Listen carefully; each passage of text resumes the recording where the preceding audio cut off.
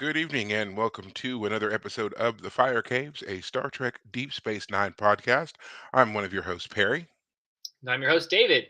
Tonight we're talking about Season 5, Episode 22, Children of Time. Before we continue, you can find us on Facebook, Spotify, Apple Podcasts, and YouTube as The Fire Caves, a Star Trek Deep Space Nine podcast. That is correct. And as I say every single week, you should find us and follow us because we are great. We are awesome. We are a good time. And you will enjoy us talking about all things Trek, especially Deep Space Nine, but then also when we deviate a little bit into the Expanse series and other things that fascinate us in the sci fi genre, of course. Mm-hmm. Um, So now, as David said, we are talking about Children of Time. Great episode that's here towards the end of season 5 for us. We're kind of wrapping some things up. You can kind of notice a little bit of a theme here with some of the episodes that we've covered as we move from season 5 and into season 6. But before we get into all that, of course, I'd like to check in as always. So, David, how has your week been? Week's been good. Caught up on my reading today. It was kind of behind for whatever reason. Last 2 weeks of work were busy, and then for a reason this week was not as busy, which I'd rather be busy and make money. So good problem to have. But I'm currently in the middle of book 2 of the Three Body Problem series. As I mentioned last week, I had finished the first book. And book 2 is interesting because it has like none of the characters from the first book. Minor spoiler for anyone who might be interested in reading those, because the plot has to move on. These books are not character driven plots as much as plots. Like the things happening don't require the character to go through character arcs and like character journeys per se. It's more like, how does this group of people handle the problem of alien life, and how are they going to deal with the consequences of that? So it's an interesting series. I'm enjoying it, but not your. It's not like The Expanse where we're following the same group of people every book. Nope, nope, not the same people. Only one character was from the first book shows up in the second book in any capacity. There was a brief mention to some other characters, and that was basically it.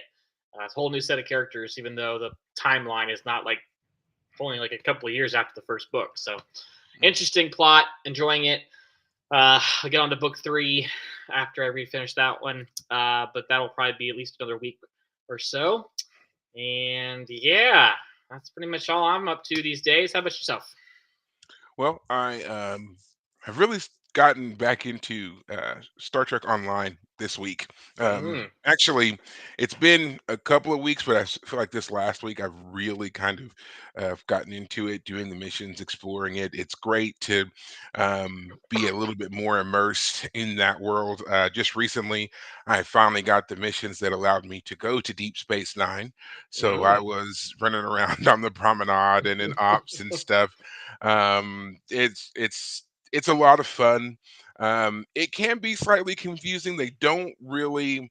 There's not a lot of intuitive leaps with the game, nor are there a lot of uh, like easily explainable things. You kind of have to just work your way through some stuff and then you kind of fall into a rhythm that way. But it's just been really nice to be able to do things like customize your uniform, customize your ship, run into, famous characters, like Lita or Admiral Janeway or Tuvok or so forth. And the actors are voicing their characters in the game. So if you Right. want a little touch of nostalgia, I would strongly suggest playing it. Um, right now the goal that I'm working towards in that game is to actually own the Defiant. Mm. It's been it's a challenge. You have to have several different levels and then enough of the little resources and stuff to do it. And I'm working on it. One thing that I will say is kind of eerie is that whenever you complete a mission, you're congratulated by Spock, the voice of Spock, which is Leonard Nimoy. Learn me more. Yeah. Yeah, so and he recorded, and when the game started years ago, this game has been going strong. Um, I feel like for maybe 20 years, maybe even a little bit longer.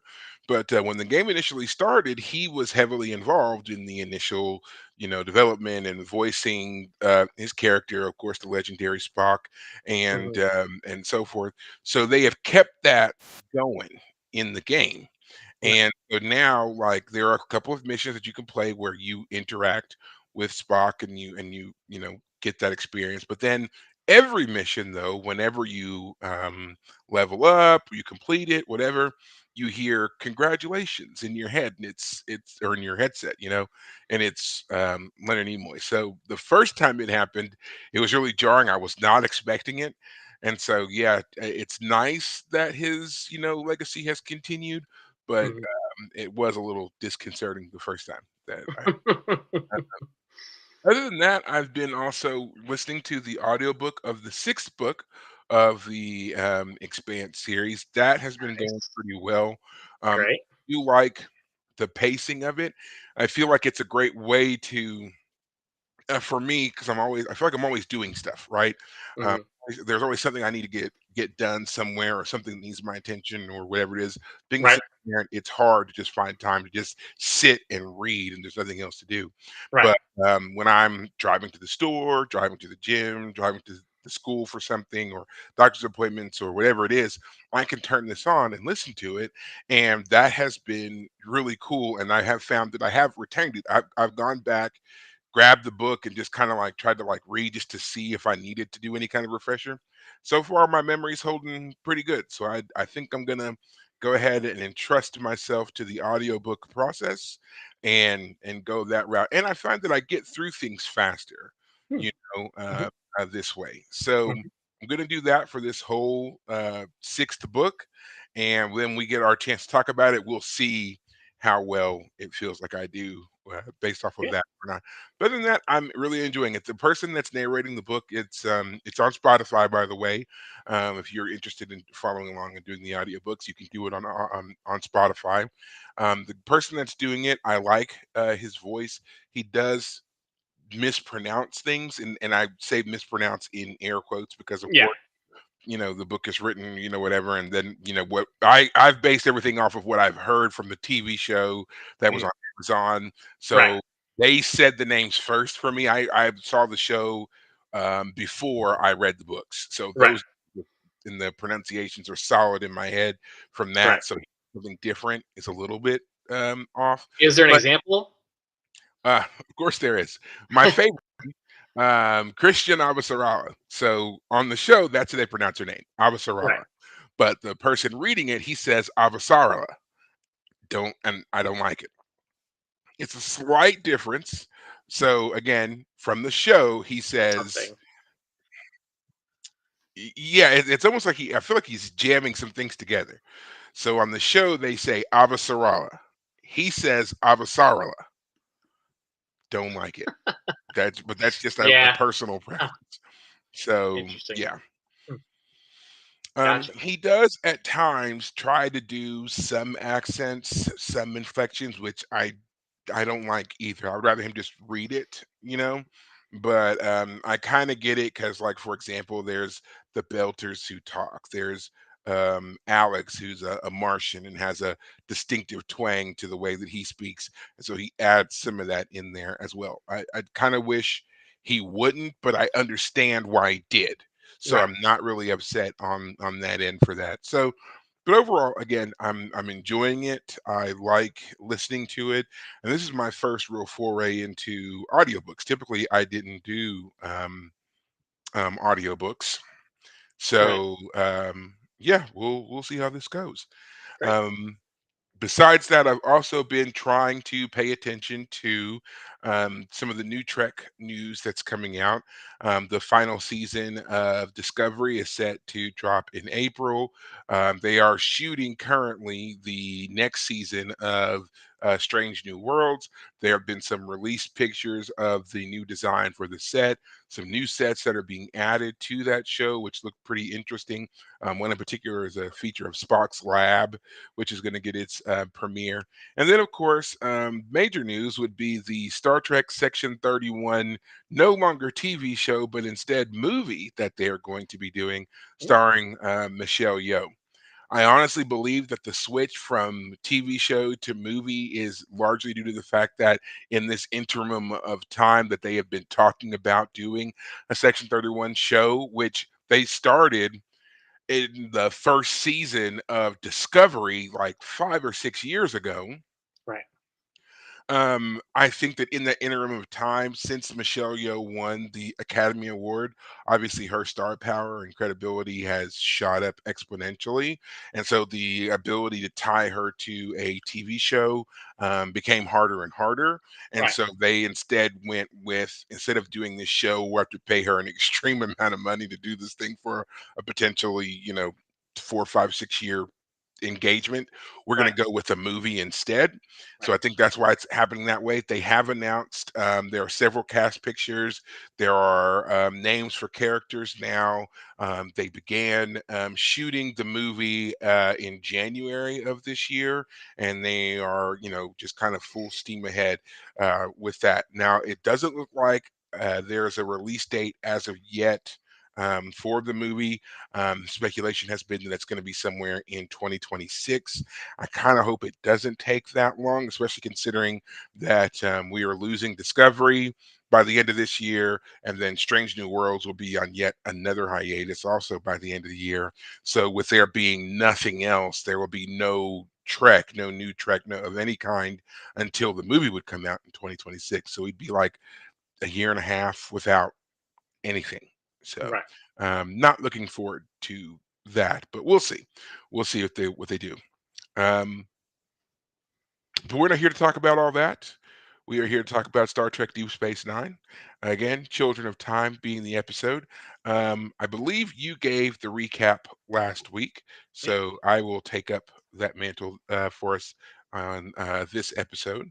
Go for it. Um, so this is I feel like this is a very, I don't want to just say unique episode, but it's interesting take on a kind of a romantic tale, if that's even the term that you want to use for it. There are certainly elements in it that we're going to discuss, but yes, this, it's just odd. I'll go with that for now.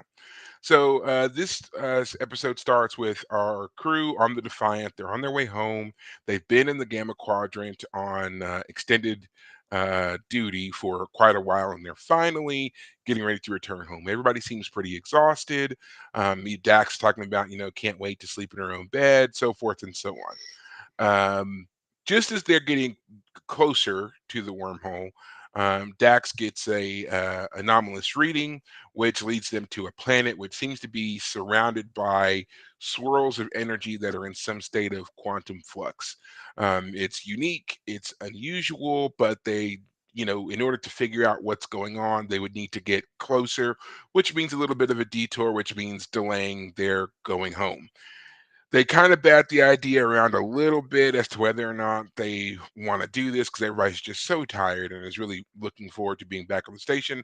But Dax convinces them to at least get close enough to launch a probe, which they decide to do. They alter course, they go to the planet.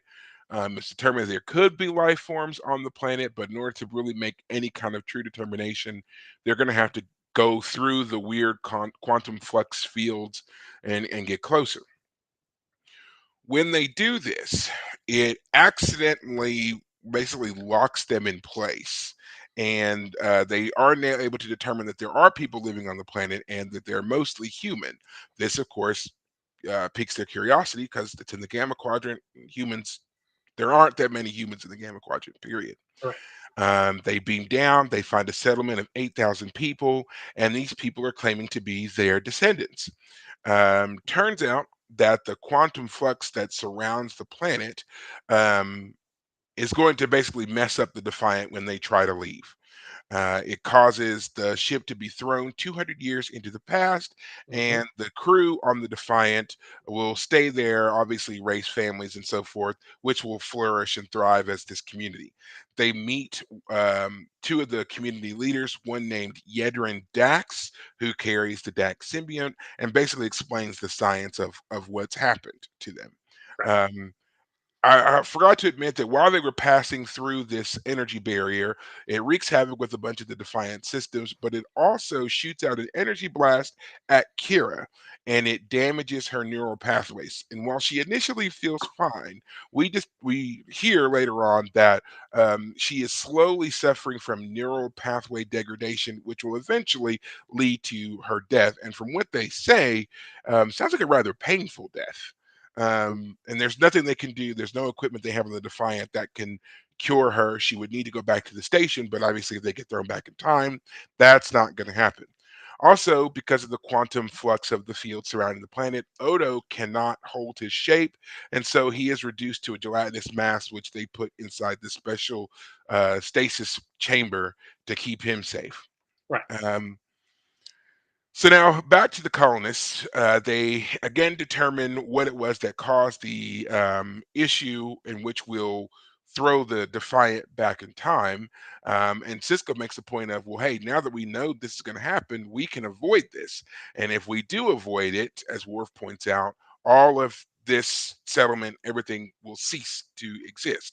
Right. Yedrin says basically yes and no, that he has determined that from the accident that happened to Kira on the Defiant and what the nature of the quantum field is, that they can make some tweaks, modifications, and effectively double or twin duplicate the Defiant and its crew and send the duplicate back in time while the original continues on back to DS9. Right. Dax looks over the modification. She agrees, and they set to work on making this plan, um, come to fruition. Right. Meanwhile, everybody's getting, the chance to get to know their various descendants and stuff. Apparently, there's a score of Bashirs because why not? And there's various O'Briens, and Molly is a popular name. There are some Klingons or Klingon descendants, some who actually carry Worf's lineage, some that have chosen to be Klingon.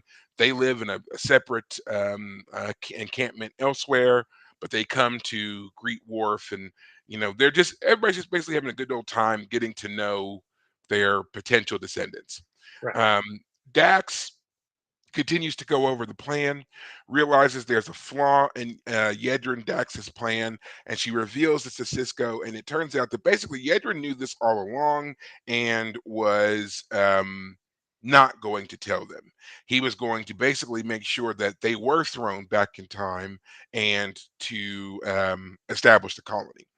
Right. When Cisco and Jadzia confront Yedrin, he admits that yes, this is true, and that he has, as Dax, as the Dax symbiont, it lives from host to host to host, has basically become like the shepherd of the community and has been doing everything he can to make sure that the community thrives and flourishes.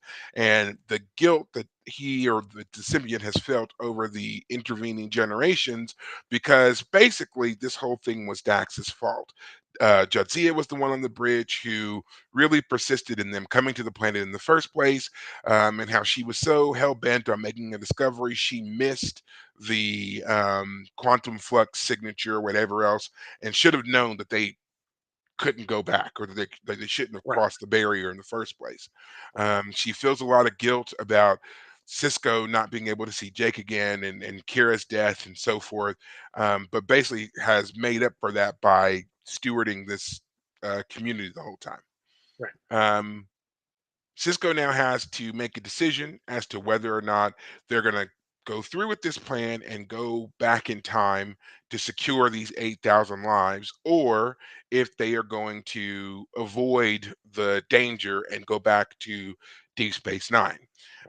Interesting quandary, I guess. Do you eliminate the lives of people who, in theory, should never have existed in the first place, or do you protect this isolated pocket of life that no one else knows exists outside of it?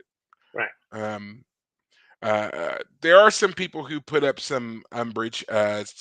O'Brien is one of them. O'Brien is set on going back and seeing Keiko and Molly and his son Kiryoshi again. He doesn't want to stay on this planet, despite the fact that the planet seems to be massively populated with O'Brien descendants. Um, but he's still ready to go home. And who else? Kira also wants to, but Kira wants to stay. Kira has accepted Yes. the fact that she is going to die on the planet. She goes to her grave. Oh, that's the other part I was forgetting there. Uh, Surprise guest, Odo, 200 years older Odo, who has now learned how to um, adjust and adapt to the quantum flux fields, has now grown older and wiser, and he comes to spend time with Kira and reveals to Kira his uh, deep feelings for her, his love for her, and Right. wants to show her the planet, and he does, and he takes her to her grave and all the rest of that, and it's basically like, I'm in love with you, I've been in love with you this whole time, let's spend this time together, so forth and so on. Kira has accepted her fate, accepted the fact that she's going to die here on this planet, doesn't want to interfere, wants to protect these lives. Right. Cisco still is the one who ultimately has to make the decision, and initially he decides that, you know, while it's nice, um, they're going to go back. They're going to go back to Deep Space Nine, and Right. Kira. They're going to save Kira's life. Um, they decide at the last minute to take participate in the last harvest that these people will ever have on the planet, and through the interaction on the with them and the harvest, everything else, Cisco changes his mind and decides that they will honor their lives and they will take the rough path and go back in time and all of that stuff. They all get back on the Defiant. They once again commit to the decision. They head to the disruption in the quantum field, and just before they're able to pass through it and be thrown back in time, the system autopilot engages, basically corrects their path and flings them free of the planet and through the quantum field, effectively erasing everybody on the planet's surface. They're all gone. Hmm. Everybody's upset, confused, doesn't know, who did what. There is some speculation that maybe it was Yedrin who did it, who couldn't get past the generations of grief and guilt that he had lived with, and or that the various Dax hosts had lived with, and decided to make this correction last minute. But then Kira, who is still struggling, but in one of the, you know, crew quarters on the Defiant, Odo, our Odo, Hmm. comes to see her. Turns out that old Odo had linked with him and Hmm. basically given him a changeling version of a download of Hmm. what had happened, and informed Odo that not only had he told Kira of his feelings for her, but that he had also altered the ship and made it to where they had to escape, and Right. that way Kira could live. And Kira is outraged. She wants to know why he would do it, and basically, it was his love for Kira would not let him let her die again. So Right. that's why he did what he did. Right. He departs her quarters. She's very upset, but that's essentially it. That's how the episode ends. Our crew is on their way back to Deep Space Nine, presumably to cure Kira. Um, but that's it. That's the episode. Yeah. Yeah. Yeah. Um, what did you think of this one? Yeah. So I'll say it's a very unique episode. Now I want to. Some people will say, "Yeah, you can't say use very with unique." No, I think there are times when you can say something's unique, and then there are times when there are multiple unique things, but something still manages to be more unique than other things. So this one Mhm. is unique, and it's unique because I believe this episode is an example of Star Trek being a victim of its own success. Hmm. What do I mean by that? This episode ends without our crew solving the problem. They do not solve the problem of how do we save this, 8,000 people settlement of our descendants and get back to Deep Space Nine. How do we find a way to both save, like normally there's a choice, who do you save? But Star Trek, they come through at the end, they find a solution, and So I will say that that was actually done on purpose. oh, I'm sure it was. I am not going to deny It that. actually, it absolutely was. So as your little bit of behind the scenes here for you, as Right. you just said, Star Trek typically will find a way to let the as a plot point, our heroes get to have their cake and eat it too. That's kind of a standard of Trek, and it also helps to keep our main crew protagonists. It keeps their hands dirty. No one has to make the hard decision.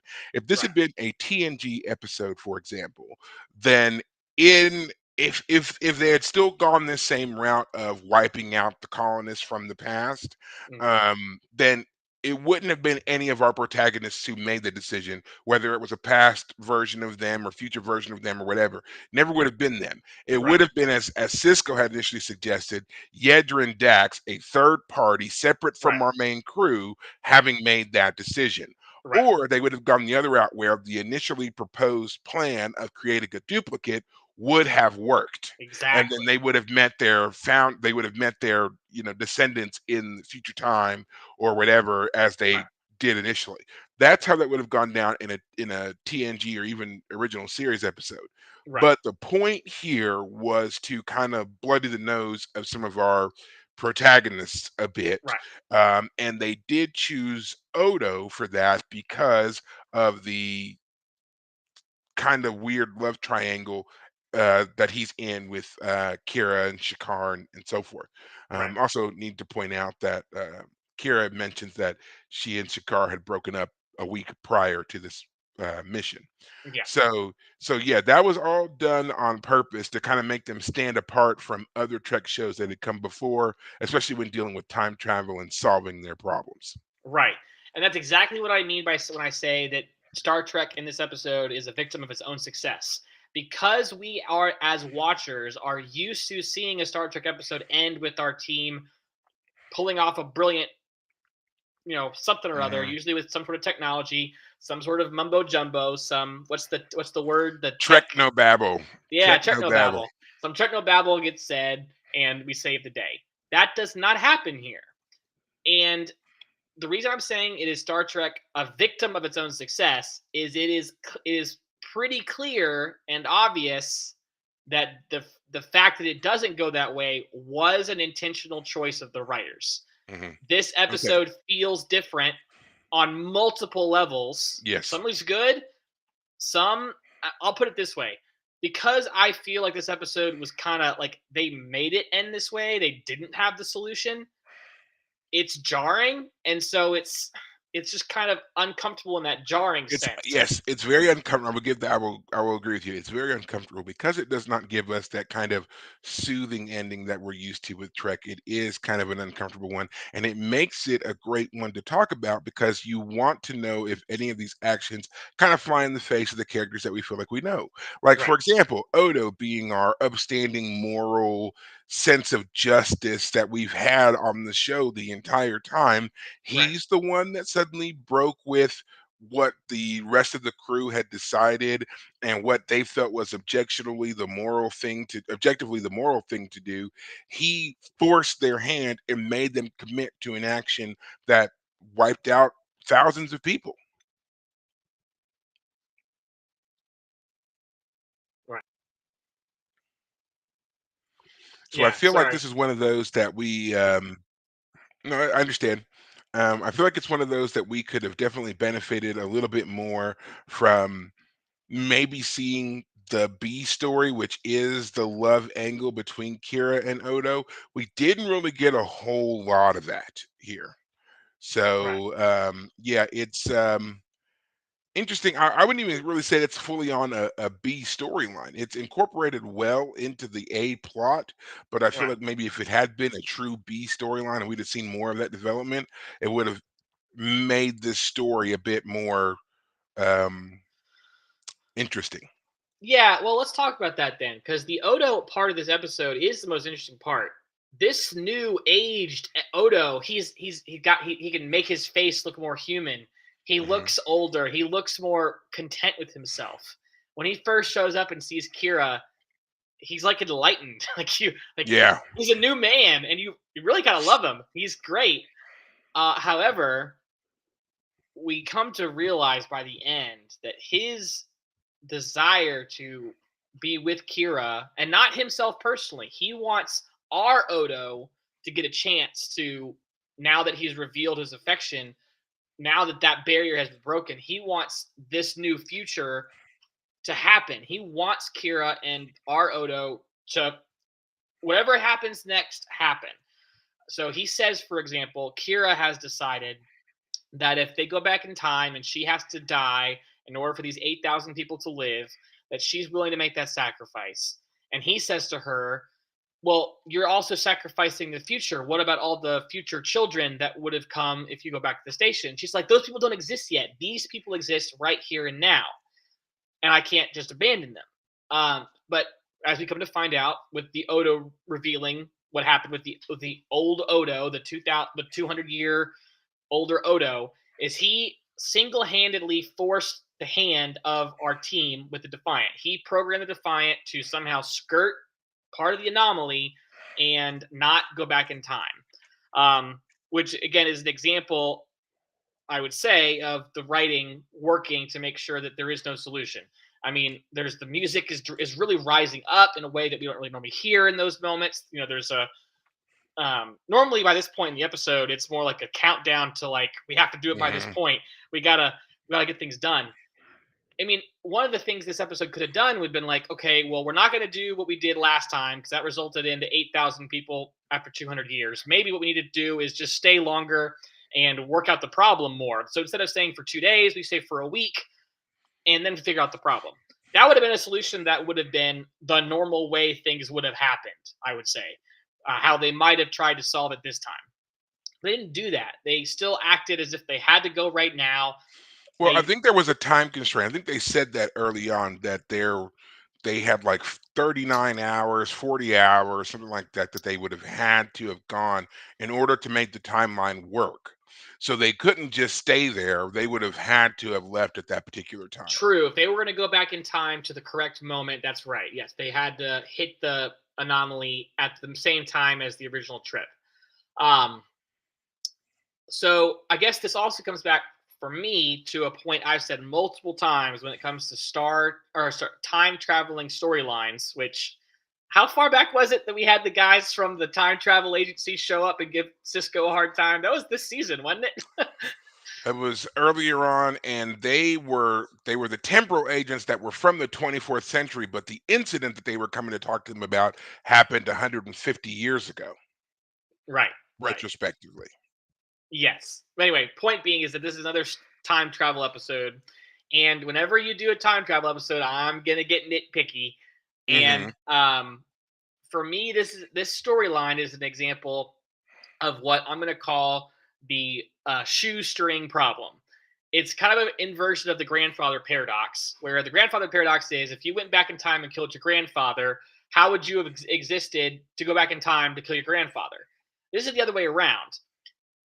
They have the accident, which causes them to meet people who are a result of that accident because of time travel. But the very fact that those people exist allows them to not be affected by the same thing that caused them to go back in time. And therefore, they exit the time travel loop as if it never existed. So if time is a line and time travel is like a circle where you go back in time and then you come forward again, the circle has tied itself off and the line continues on as if nothing happened. So this whole plot line, like it does and You're does not basically exist at the saying, same time. right? You're saying that it basically cinched itself off so that they Exactly. could continue on, even though it was still there. Right. Um, Like they existed in our minds, as Cisco says. Like we will s- remember them. But it's so like, wait, did they? If you're getting technical, it's like this. Let me put it this way: the real question, the real moral quandary that this episode was trying to balance was, do we go back in time and sacrifice one future for another? And that is literally what Kira is grappling with in this episode. She had gone with Shakar to the prophets, asked, are our paths aligned? The prophet said no, which is why they broke up. And Kira believes that that must mean that she dies on this planet. So her life, her path ends here. And so if Odo, the newer version, causes them to weave past the anomaly and continue on, did her path split herself? Did like how Kira's trying to grapple with the ramifications of two versions of herself.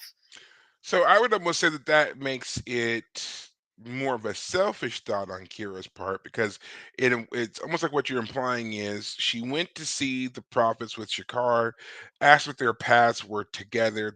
the prophets said no, and then here the very next week she finds out about her death, and so she's assuming that that's why her path with Shakar was a no, was because she knows that she's supposed to die.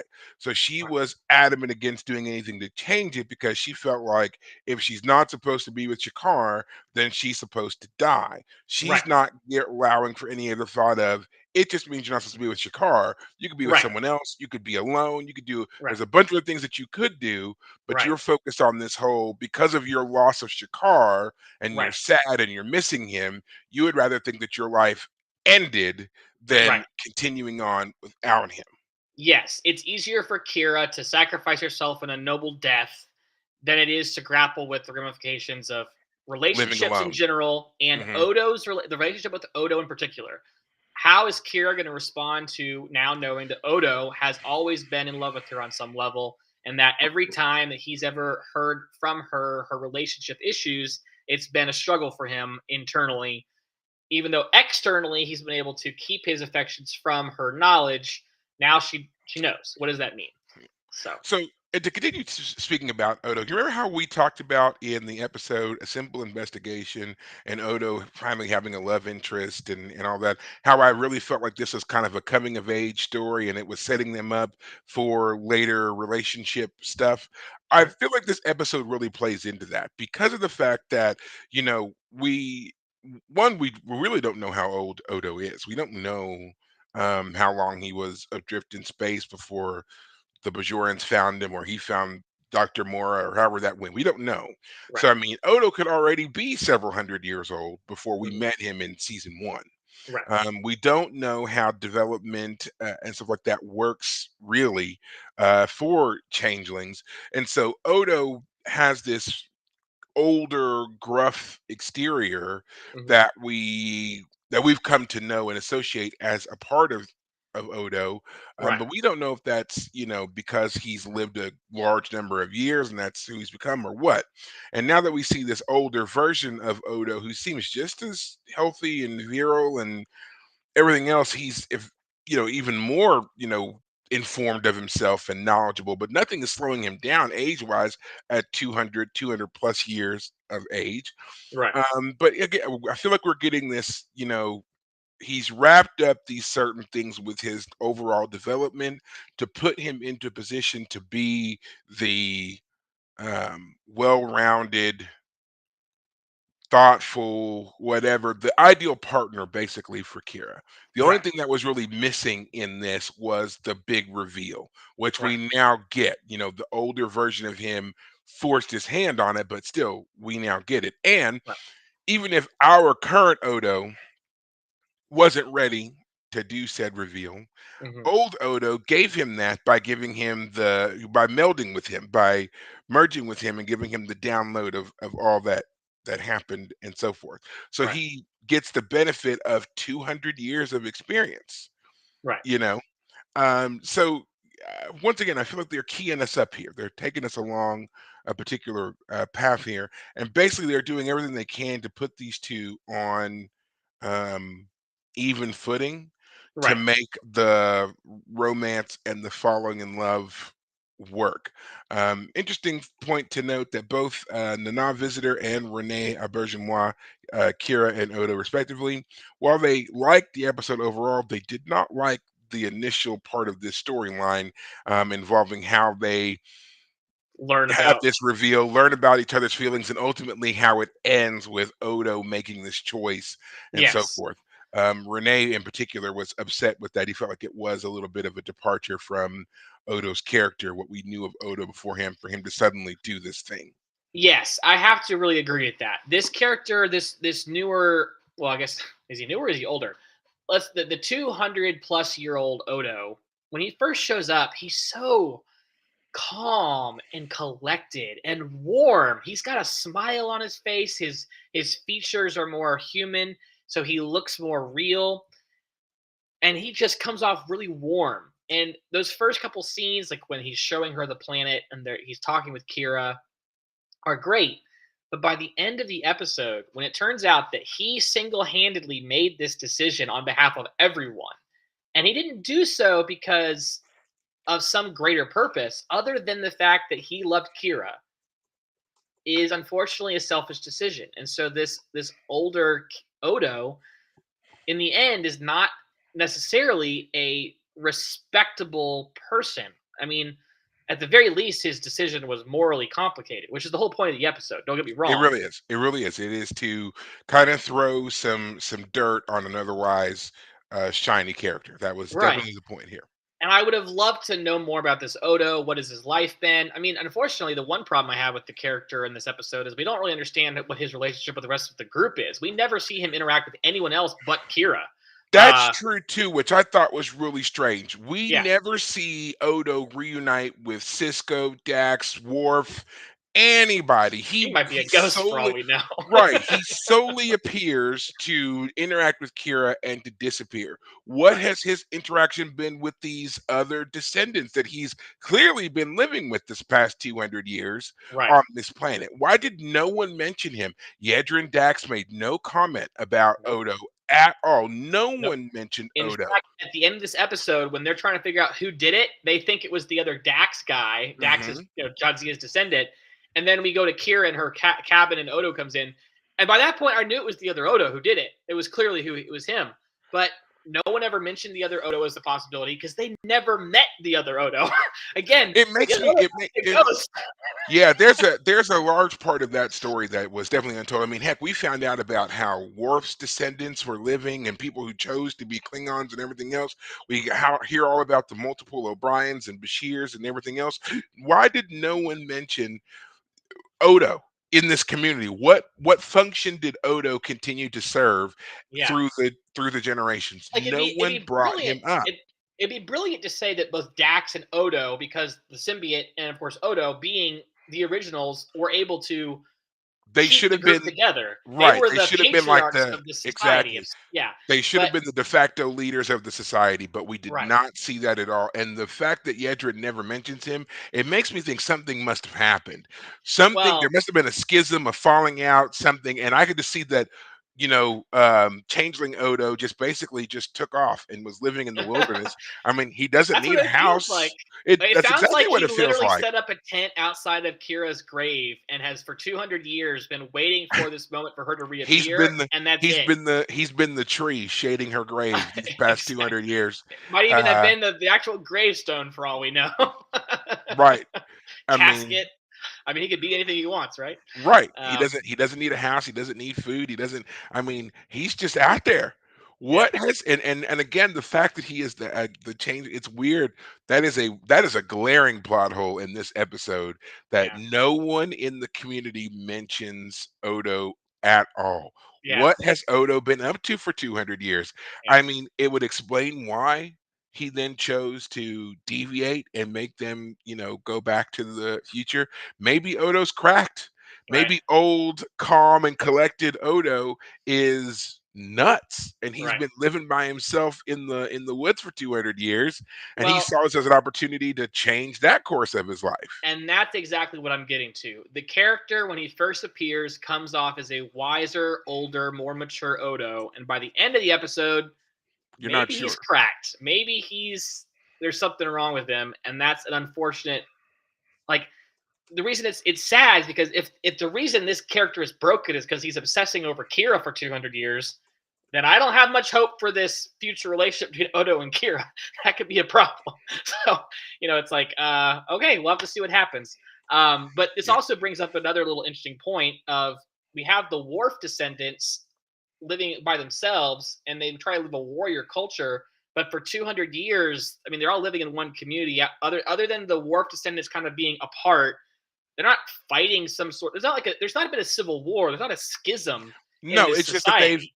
they've made they've made choices, and they have allowed each group to kind of follow their own choices without violence, without um, the yeah, any kind of civil war or conflict. They even the little boy who says he wants to be a Klingon, it's a Right. choice that you get to make. It's like a Sarah, it's like a rite of passage. That's what I was looking for. Right.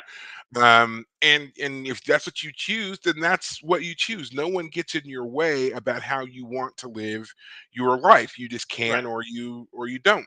And I really like that too. And it kind of, I thought it was a great way to see how the ideals and the standards that Worf has always attempted to live by, Uh, how that would get filtered through the years of other people who were directly influenced by him, Klingon or otherwise, wanted to call themselves Klingon or whatever. right. That was how it was kind of like we're seeing if Worf was the leader of the empire and Right. his morals and ideals were reflected through his people who followed him, Right.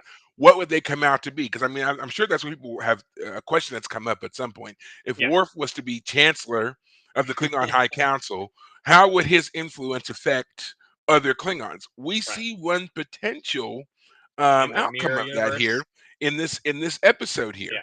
Yeah. No, Well, no, also I'm the talking mirror about our universe. Worf. Well, Yeah. that's Angry Worf. Yeah.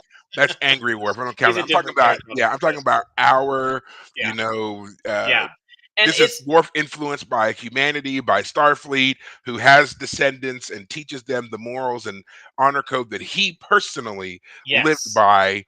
This is And how it's they would interesting react. because when they first meet him, they say, "Are you the son of Moog?" Not "Are you Worf?" Because they call themselves sons of Moog, Hmm. or descendants of Moog. So it's a They great, are the descendants of Moog, but Worf is the son of Moog. exactly, yeah. So it's a great, and you can tell that Worf is honored by them. They honor him. He respects that. It's actually some great scenes in the fact that Worf is always, and again, I feel like Dax does this too. Even though there is, we can talk. Well, We will get, Worf yeah. has Worf has a great moment with the three that come to him, which I guess there are more than just the three, but the three that we see, they respect him. They've honored his traditions, and so it feels like, as you just said, like yeah, this is what Worf would, if he could bring out a society of his own. This is what it would look like, and it's great for him. And he has a great moment too, where they ask him, "Look, we're gonna disappear into nothingness. We want you to give us a warrior's death so we can get into Klingon heaven." I forget what it's called at the moment. Um, but he says, "I'll do it in the morning," which makes sense. Like, I'm not going to do it right this minute. I'll do it in the morning. Hmm. And then he kind of waffles a little bit because he's like, the enemy is time, so we need to go plant these trees, but we never see him actually do the actual ceremony. Hmm. I mean, I feel like because this episode went the way it did, well, I guess the whole point was Worf was thinking that we were going to go back in time, and so these people weren't going to die, so he didn't have to do it. So never mind. I guess I was thinking the other way. Um, but yeah, Well, I think that I see what you're saying, and I think that part of that was also Worf himself not wanting to do that again. Remember, we saw Worf do this same ceremony already on Deep Space Nine when he initially killed Kern. When Mhm. Kern came to the station and asked the same thing of Right. Worf, and Yeah. Worf did it, and I think that that was a very traumatizing moment for Worf. And True. so, despite him, obviously, he taught this to them, to his descendants, and they kept that, in mind Hmm. for several generations. Right. The fact that he was once again confronted with potentially having to do that, I could see why he wouldn't want to go down that path again, no matter who the individuals were. I mean, these are his descendants. He doesn't want to kill Sure. family members again. Doesn't want to be thrust back into that again. Yeah. I like that he Yeah. instead helped them to reframe their perspective because they were saying we have no enemies to fight. There's nothing left for us to do. We would rather die than be erased. And so he's just like, well, here's an enemy for you. Your enemy is time. Your enemy is, and so as long as there's an enemy, you fight until you can't. One way or another, you Right. fight until you can't, and you will still be honored. I think that's what he Right. was trying to establish with them. Sure. Um, I like seeing Morph this way. I like seeing Morph Yeah. surrounded by people who called themselves Klingon and who liked him, revered him, respected him. Too often we see Klingons just, spit on him, basically. And I can't stand it. and it just because Right. he's such a good character, such a good person, and he works so hard Right. at being a good Yeah. person, and I always just find it upsetting when that's not appreciated. Yeah. Yeah. I guess for me, the real question though was when his descendants came to him and said, "We need you to do this for us because we can't go to Klingon heaven unless we die a warrior's death. Otherwise, we'll be for we'll just be not, we won't have existed." Well, if it does turn out because of the way the episode ends that they don't exist, then it's like, well, does that mean that they were right to say that? Like, I feel like this episode was trying to do a was trying to go there to a really interesting place, but it had a hard time landing it. It had some difficulty getting there. And what I was thinking about as I was watching this is the movie The Prestige, which if you remember the movie The Prestige with Hugh Jackman, the plot by the end, and this is a major spoiler, is that his character gets a machine that can create a duplicate of himself, which as obviously is very similar to the plot of this whole story. Is the idea is they start off thinking they would be duplicates. One of them would go back in time, one of them would go forward, back to Deep Space Nine. In the plot of The Prestige, Hugh Jackman, when he makes a duplicate of himself, he kills his duplicate every time he does this. The idea is that he performs this magic trick where it looks like he's killing himself, or well, it is looks like he's transporting himself across a great distance. But it turns out in order to do that, he has to create two of himself because it's actually a reproduction somewhere else. And because he doesn't want to, for whatever reason, compete with himself, he kills the original every time. So it's actually not the original killing the copy. The copy kills the original every time, which is an interesting idea. But anyway, my point is at the end of the movie, he has this speech where he talks about how terrifying it was to go into the machine every time because he didn't know if he was going to be the one who died or not. And so what I was thinking about in this episode is if the plot at the end had turned into there was a group of people who were hoping to escape and there was a group of people hoping not to escape, but the whole idea was that there was still going to be a splitting. And so the people who were hoping to go back in time, they are unhappy when the ship successfully makes it through the anomaly.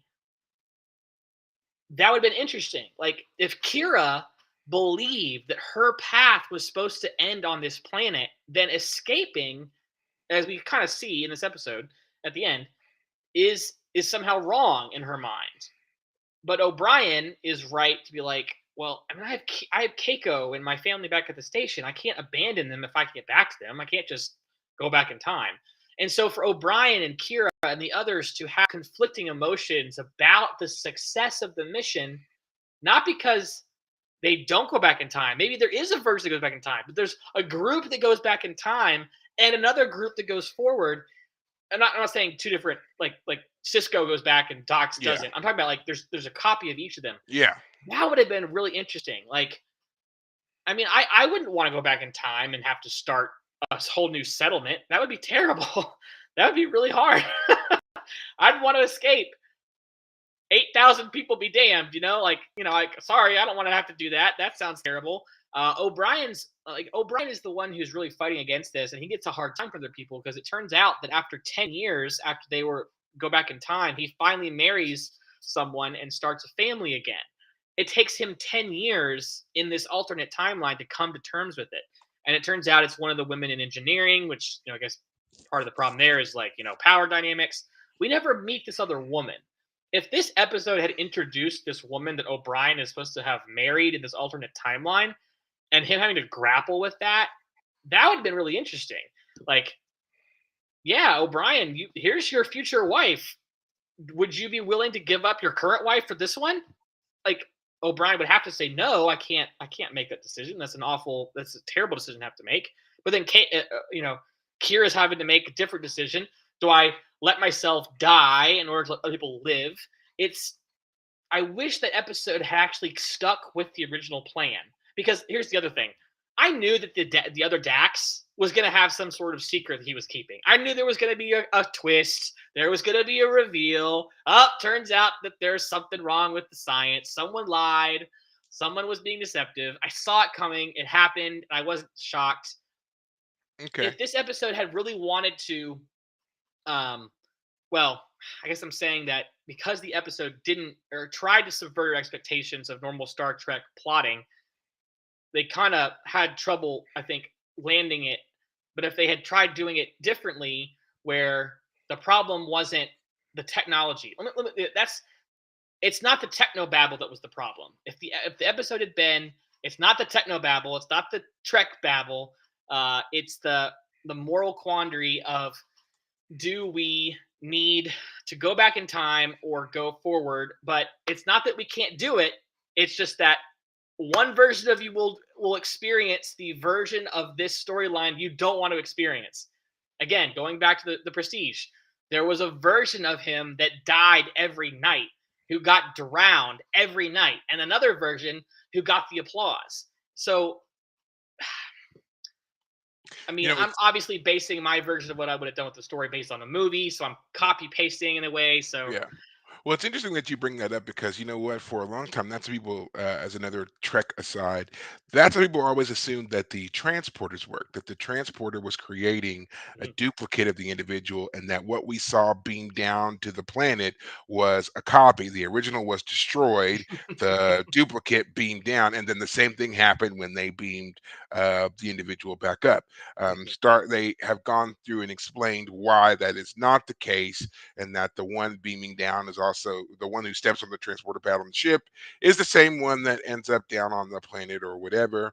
right. There's some technology they've gone through that deals with it. It's all about quantum entanglement. Fascinating thing to read about. If you ever just are bored, just don't get too deep. It'll take you into the weeds real quick. But yeah, just um, just know that that's kind of the principle that they're working off of there too. So Right. yeah. So once again, this is an episode that probably would have worked quite well as a two-parter, as was pointed out in our chat here. One of many of Deep Space Nine, which it's always so interesting that we've come up with so many of these that really it's not necessarily that the episode is bad per se, but it's Yes. lacking a level of explanation that we've really Right. just uh, we come to expect or even be used to.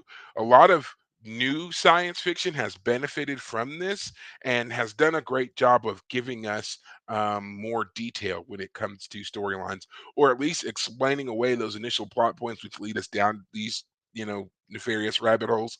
Hmm. They take care of it early enough on that the thought doesn't occur. Right. We don't really get that with a lot of other sci-fis, and again, Battlestar Galactica comes to mind. The Expanse is another one that again does it well. They Hmm. have their own issues, don't get me wrong, but when it comes to things like this, they're pretty, tight about wrapping up their plot lines. Right. Um, and it makes perfect sense considering a lot of the writers and stuff from those shows cut their teeth here on Deep Yeah. Space Nine, as Yeah. we've talked about many times. I mean, Perry, why wasn't the solution to this episode? And maybe it wouldn't have worked. Can 8,000 people not fit on the Defiant if they packed them No, in tight? Okay. no. Okay. Maximum All right. capacity of the Defiant, I think I read at one point, was something just shy of 500 people. Yeah. So even at their best attempt and stripping the bulkheads of everything, they maybe would have been able to stretch that to, I'll be generous and say 1,000, but that's still Well, I'm going talking to. about sardining these people in there. I mean, I'm like, I'm saying even at that. But you know what? You make an interesting point because we have seen on Trek, multiple Treks, Next Generation, Voyager, all of them, where they have done some trickery here and there, and they have stored people in other things. Like, why couldn't they store people in the pattern buffer? We knew they could do that's that in that was Next that's what I was Generation. thinking about. Yep. We know they could do. We've seen them do that in Next Generation. They did it to Scotty for like 100 and something years. We're just talking about a couple of days to get you to the Right. station, and then we Yeah. can drop you all off. Yeah. No big Yeah. deal. Right. Why didn't they? You know, the Defiant has shuttles, has shuttlecraft. They could have Right. put them in the shuttlecraft. They could have put them in the transporter buffers of the shuttlecraft because the shuttles have Right. transporter buffers as well. There were Right. ways that they probably could have saved a lot Well, more of these people, and what I'm just save thinking their about computer though is the patterns. Defiant has always appeared bigger whenever they've showed it than what I always thought it was gonna be. Like the Defiant always in my mind felt smaller, but then when you go inside the Defiant, they're like, and we got the tubes and like part of me feels that if they had really wanted to make it work, it would have been funny to have them all stuffed tight in the Defiant, and it would have caused problems like on the bridge or something. But it It part just of me feels like it it's could have worked. It's I think it's one of those things that it's a unique way to say that, like, the necessity of it, it never occurred to them to save the people that way. Right. Their thought was of preserving the entire community as it was Whole. Right. versus just taking the people away. Yeah. Fair enough. And Fair enough. yeah, I think that would have been, if someone had suggested it, that would have been an interesting conversation to have, and then to give us an explanation as to why they can't do it. Power Right. consumption, memory consumption, something that would explain Just couldn't do why that. they Yeah. couldn't do it. Yeah. And to be fair, 8,000 people is a lot more than what the ship has ever shown itself to have. So I can understand that that might have been unlikely, um, or unfeasible, I should say. Um, yeah, I guess I don't want to say it's a bad episode. I do think it was a good episode in the fact that they were trying to do something different. We see a different Odo. We have a different moral quality than we've had before. Um, but yeah, it just they. I don't think they landed some of the details quite as well as I would have liked. But eh, Oh well, that's yeah, what makes the episode interesting, an interesting one to talk about. yeah, Um, they Yeah, especially, as was just pointed out here in the conversation, I would have loved to see them do more with the whole two Dax angle. Like, let's yeah. say that they had decided to save at least some people, and they had then beamed them over to the Defiant and got back to Deep Space Nine. Now we effectively have two Dax symbionts. Yep. So what are And the it's a ramifications male of Dax having? symbiont. We have Yeah, a female one. Now we have a male one. Would there be a problem with that? Would that like I know your thoughts, Dax Jadzia. I was you at one point. Would that cause some weird romantic tension, like hmm bizarre romantic tension? But we never went there. Fair enough. It was funny Well, to see Cisco be like I don't know what he said, but I can't believe you, old man, or something, old man. He said something, yeah, old man, to the guy. anything for Um, old man is what he says. yeah, But yeah, yeah, yeah, okay. Well, final thoughts on this episode as we close it out. yeah. I think I've said it. It was a interesting idea. They were trying to do something different from Star Trek. The usual Star Trek episode. They didn't want to just do that. They tried to do something different. I think it could have used some work. It didn't land quite the way I would have liked. I guess the real problem is Star Trek has always come away with positive endings. I mean, even if there's a negative ending, it's not all hope is lost. Like, there's never been an episode I can think of where the whole civilization just disappeared. Like even on TNG, like remind me, maybe I'm wrong. But was the episode where they went with the bubble people? Like they lived in this The bubble. Masterpiece Society. Yeah, did that society still survive in the end, or did that one get destroyed? Ultimately, yes. No, ultimately they survived. The Enterprise was able to fix the planet because they were Right, getting, basically they were being shaken apart by the earthquakes. right, The Enterprise was able to fix it, although the one scientist on the planet, Hannah Bates, did try to sabotage their bubble to make them have to leave anyway, right, which they found her out and corrected the problem and stopped right, that from happening. So right. yeah. Yeah. So if they want to commit to doing darker storytelling, which, as we know, you love, um, you got to commit. And I feel like they weren't quite willing to. Is that fair? Were they not committed to really giving us the dark ending? Because they did. Not per se, not to the degree that I think that you're hinting at, or that I probably would have liked. I personally would have liked for Cisco to be more ironclad, and because he says it, we're not doing this. We're going back to the station. I would have loved to see more of the crew arguing with him about it and trying to convince him otherwise, but then him forcing the situation and being like, Mm, no, this is it. Even to the point where, like Dax and Worf in particular, because we see that that's kind of the trifecta of decision making that right, is going on here in this episode. It's Cisco, Dax, and Worf who seem to right, be leading the charge here. So if we had seen these three in particular do their you know, Worf pretty much was already sided with Cisco. He was okay with leaving. He made that quite clear, even when Kira was talking about it. right, Max was the one who would have really been on the fence, but her relationship with Worf would have made the three of them talking about this situation very interesting to watch and play out. right, Still seeing Cisco hardline it in the end, being like, "No, I've made the decision. We're doing this thing." right. And then that way it would have placed this, uh Burden this on him. shade right Yeah, on him as their leader, and left right, everybody not satisfied.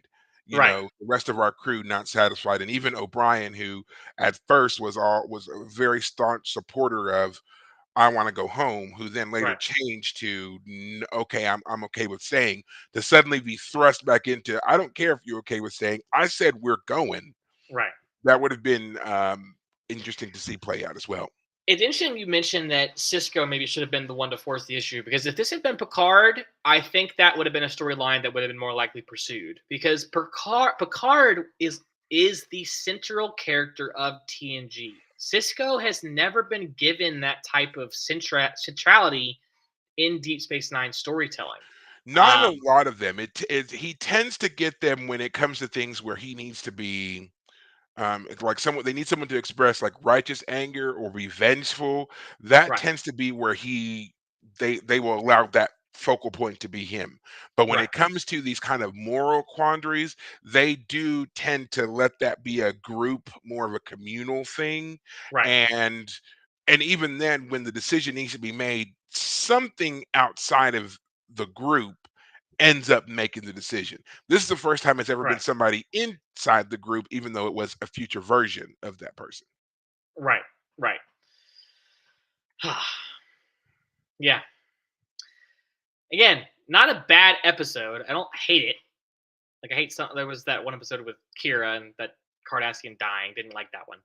Didn't hate this one, but I No, no. this yeah As we pointed this out, there are a lot of yeah things that could have made this, a little bit better, sure, but right nothing that makes it a terrible episode. It's a great right episode to watch. You can get a lot from it. It's got its bittersweet moments. No, you're not going to be totally satisfied, but I think that that's kind of the hallmark of a good episode. There should be things that you talk about and nitpick and say, this could have been interesting. This could have been fun. It's a problem when you say, what would have made this better.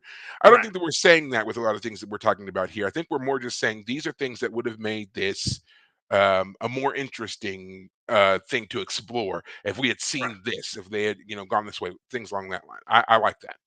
right I will say special shout out to Quark, who was our math program, and only because there's a reason that they used him in that regard and didn't yeah really do anything else with Quark, and that's because the actor Armin Shimmerman, the week they began filming this episode, he also had begun shooting on another TV show called Buffy the Vampire Slayer, where he uh started a stint as the principal on that show.